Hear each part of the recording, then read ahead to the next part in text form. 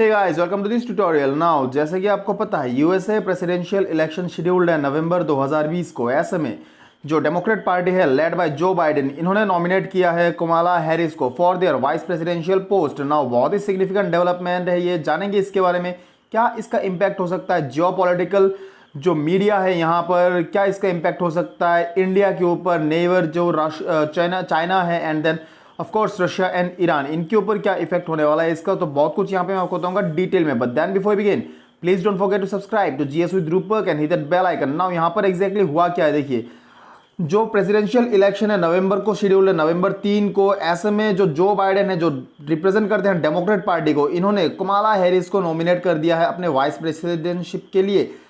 ऐसे में यहाँ पर आप देख सकते हैं जो कमाला हैरिस है ये ट्वीट करते हैं, ये कहते हैं कि जो 3 नवंबर को इलेक्शन होने वाला है यहाँ पर ये विक्ट्री की उम्मीद कर रहे हैं।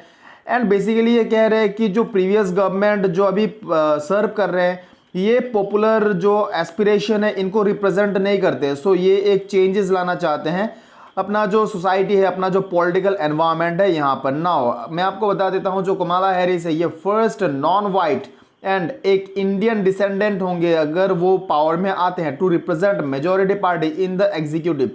And moreover Kamala Harris के बारे में अगर मैं आपको बताऊं तो ये जो है बेसिकली ये इनका जो ओरिजिन है ये शेयर करते हैं, मैटरनल साइड जो है इनका इंडिया से है, चेन्नई से बिलोंग करती है इनका जो मदर है। एंड ऑफ कोर्स जो फादर है ये अमेरिका का जो परमानेंट सिटीजन है अमेरिका से बिलोंग करते हैं।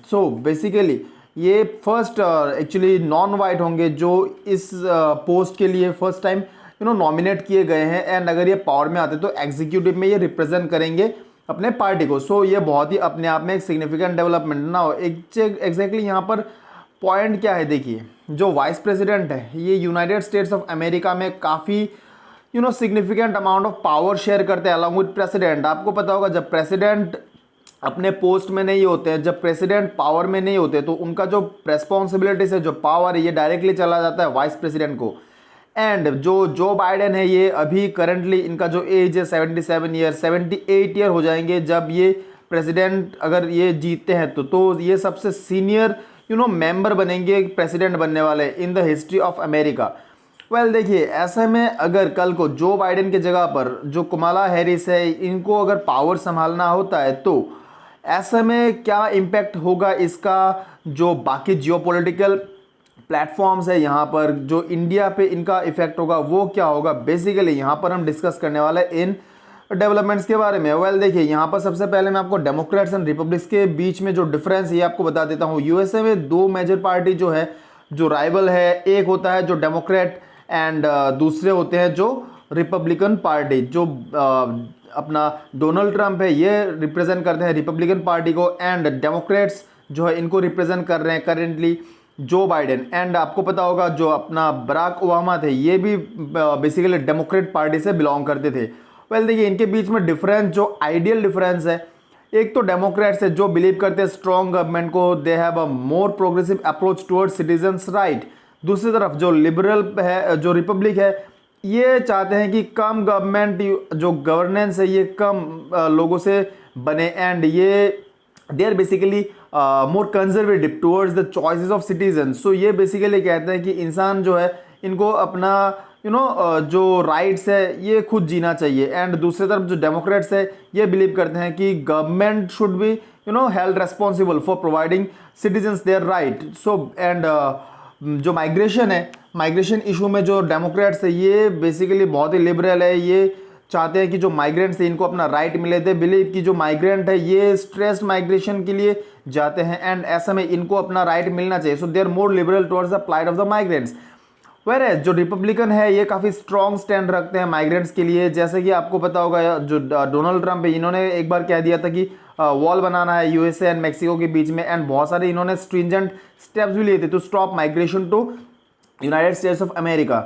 अगर सेम सेक्स मैरिज के बारे में बात करें तो डेमोक्रेट्स ने इन्होंने काफ़ी अपलॉड किया था जब अमेरिका में लीगलाइजेशन कर दिया गया था सेम सेक्स मैरिज को। वही रिपब्लिकन जो पार्टी थे जो डोनाल्ड ट्रंप लेड पार्टी थे इन्होंने काफ़ी स्ट्रांगली इसको अपोज किया। क्लाइमेट चेंज में अगर बात करूँ तो जो रिपब्लिकन है ये क्लाइमेट चेंज रियल है कि नहीं ये काफ़ी बार इन्होंने क्वेश्चन किया है। डोनाल्ड ट्रंप ने कहा था कि क्लाइमेट चेंज जो है ये रियल नहीं है, ये हो नहीं रहा है। एंड अकॉर्डिंगली आपने देखा होगा जो आपका पेरिस एग्रीमेंट है, पेरिस एग्रीमेंट से इन्होंने विड्रॉ कर लिया, पुल आउट कर लिया। इन्होंने वैसे तो काफ़ी सारे ऐसे सिग्निफिकेंट प्लेटफॉर्म से इन्होंने पुल आउट कर लिया, जो यूनेस्को है यहाँ से भी इन्होंने पुल आउट कर लिया था। दूसरी तरफ जो क्लाइमेट चेंज से रिलेटेड इशू, यहाँ पर जो डेमोक्रेट्स है ये बिलीव करते हैं कि क्लाइमेट चेंज एक रियलिटी है and they are really much concern about climate change issue. Iran के लिए जो इनका स्टैंड है काफ़ी लिबरल है as far as Democrats are concern.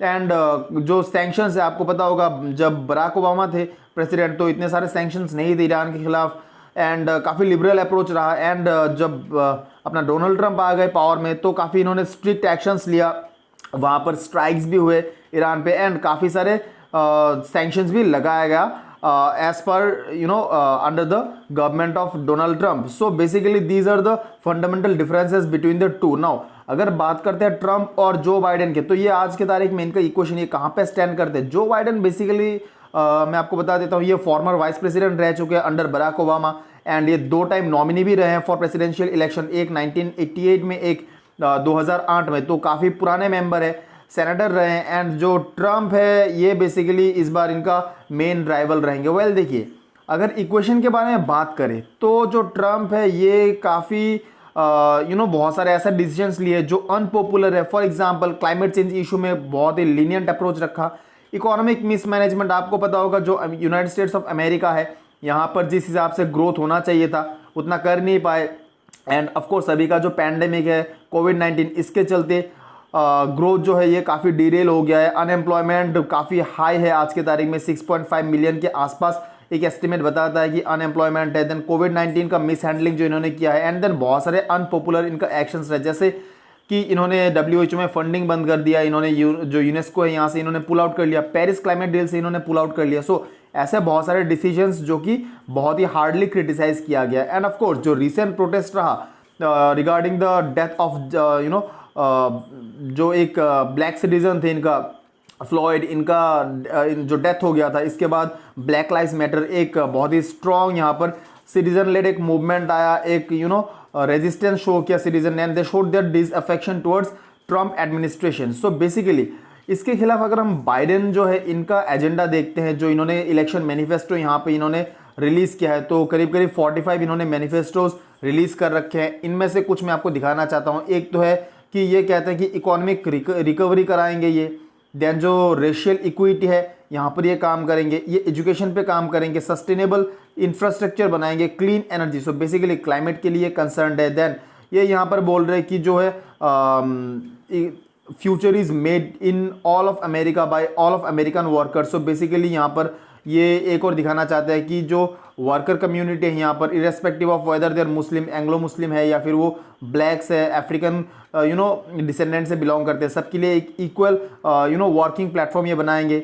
Then ये कम्बैट करेंगे with a proper leadership corona virus के अगेंस्ट में, बैंक्रप्सी रिफॉर्म लाएंगे, ये वुमेन के लिए काम करेंगे, ब्लैक लाइव्स ये डायरेक्टली बोलते हैं कि Biden plan for black Americans. अब मैं चाहता हूँ आप जो है जो बाइडेन का यहाँ पर ऑफिशियल वेबसाइट में जाके यहाँ पर एक बार आप इनको पढ़ें, इनका जो मैनिफेस्टो है इलेक्शन के लिए। देन यहाँ पर और देख सकते हैं आप, ये कहते हैं कि ज्यूइश कम्युनिटी के लिए भी इनका एक एजेंडा है। सो बेसिकली ये इजराइल पैलेस्तीन जो इशू है यहाँ पर भी ये काफ़ी एक सॉफ्ट हार्ट रखते हैं with respect to the Palestinians. Then ये कहते हैं कि जो मुस्लिम अमेरिकन है इनके लिए भी काफ़ी सॉफ्ट हार्ट रखते हैं, इनके लिए भी काफ़ी डेवलपमेंटल प्लान है इनके जो इनका जो मैनिफेस्टो है यहाँ पर।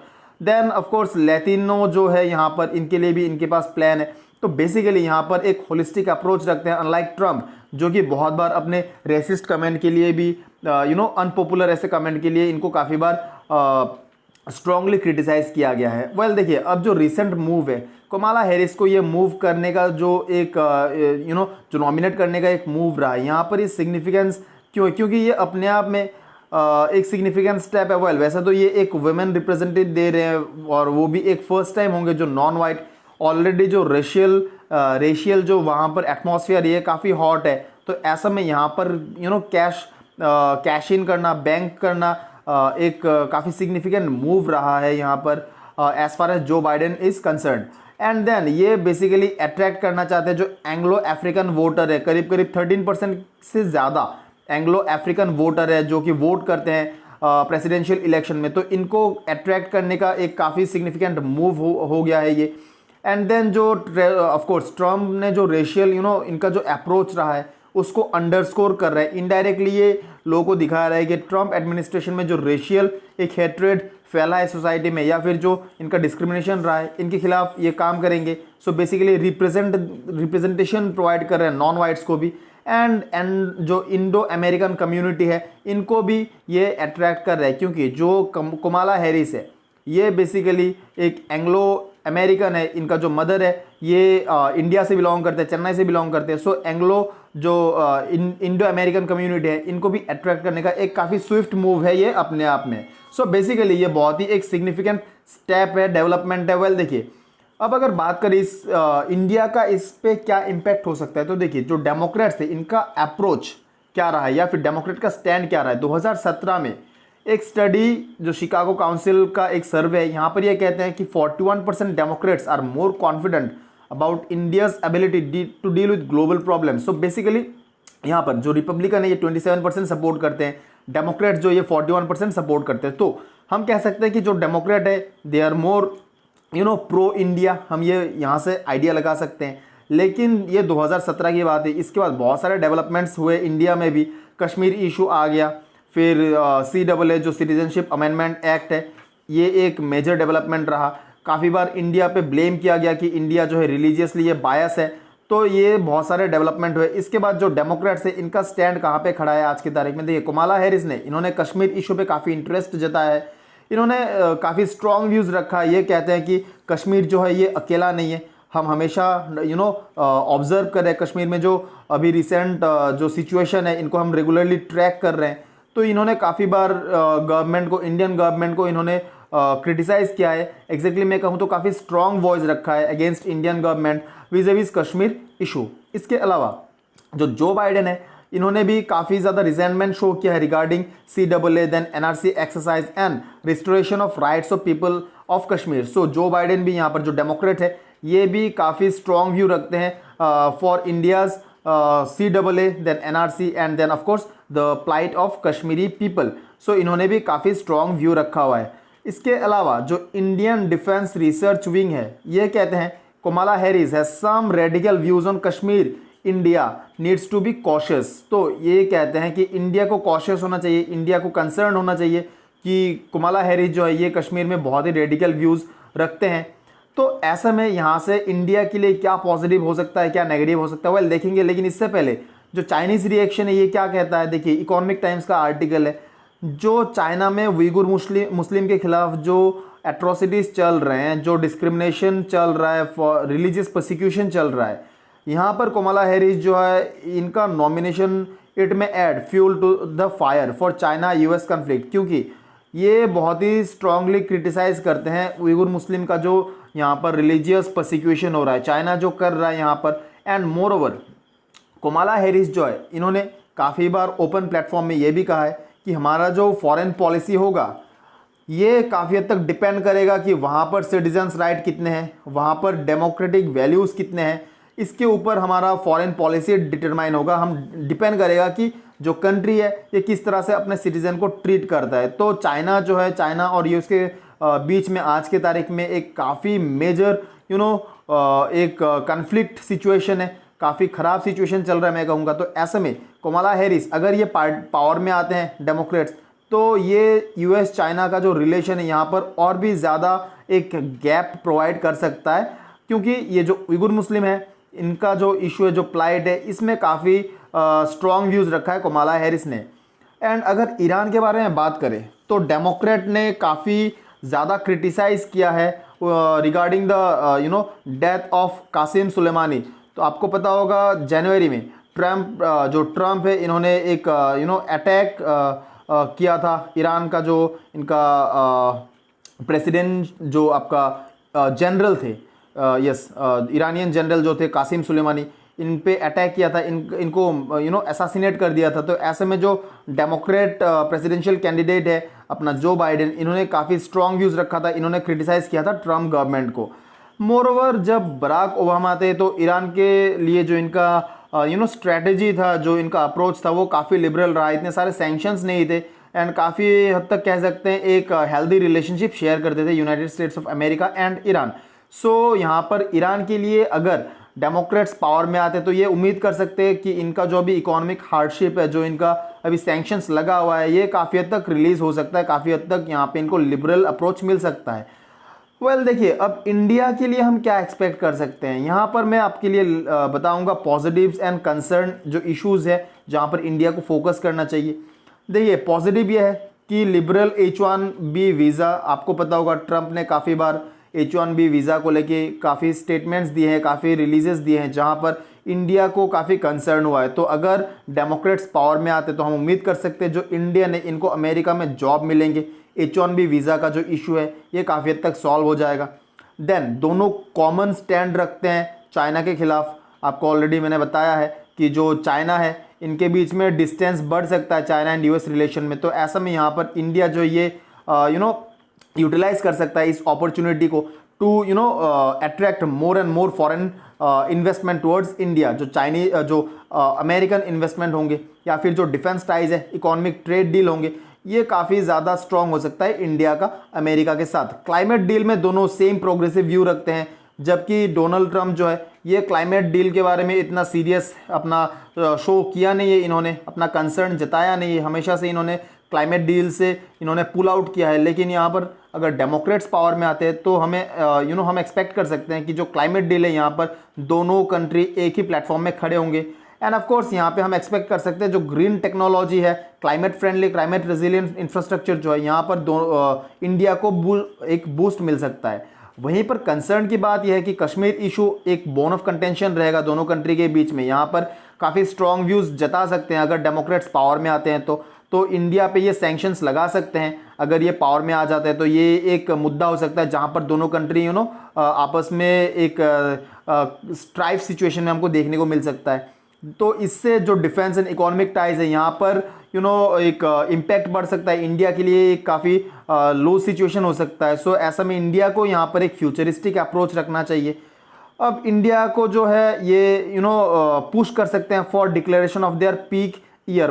पीक ईयर क्या है, देखिए हर country under their climate deal, ये UNFCCC का जो क्लाइमेट डील है यहाँ पर ये एक पीक ईयर डिक्लेयर करना होता है जब ये कंट्री अपना जो इमिशन है, जो ग्रीन हाउस गैस इमिशन है, इनको रिड्यूस करेंगे। इंडिया ने अभी तक अपना पीक ईयर डिक्लेयर किया नहीं है, इन्होंने कहा नहीं है कि हम इस ईयर से हमारा जो ग्रीन हाउस गैस इमिशन है हम इसको रिड्यूस करेंगे। तो यहाँ पर जो डेमोक्रेट्स है, क्योंकि ये काफ़ी क्लाइमेट डील को लेके काफ़ी कंसर्न है, तो ये इंडिया को पुश कर सकते हैं, इंडिया को ये बोल सकते हैं कि आप अपना पीक ईयर डिक्लेयर करें। तो ऐसे में जो इंफ्रास्ट्रक्चर सेक्टर है इंडिया का, ये काफ़ी हद तक प्रॉब्लम में आ सकती है।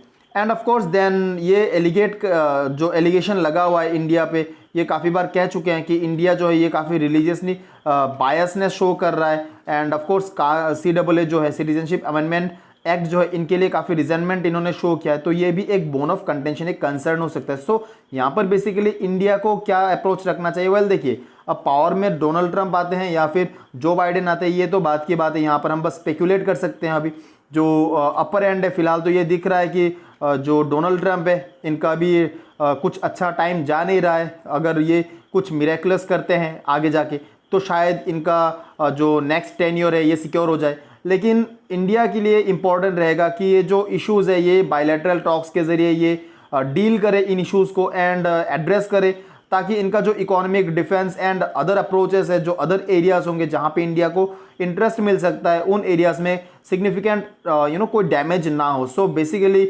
ये है इस वीडियो का एनालिसिस। आई होप आपको ये समझ में आया होगा।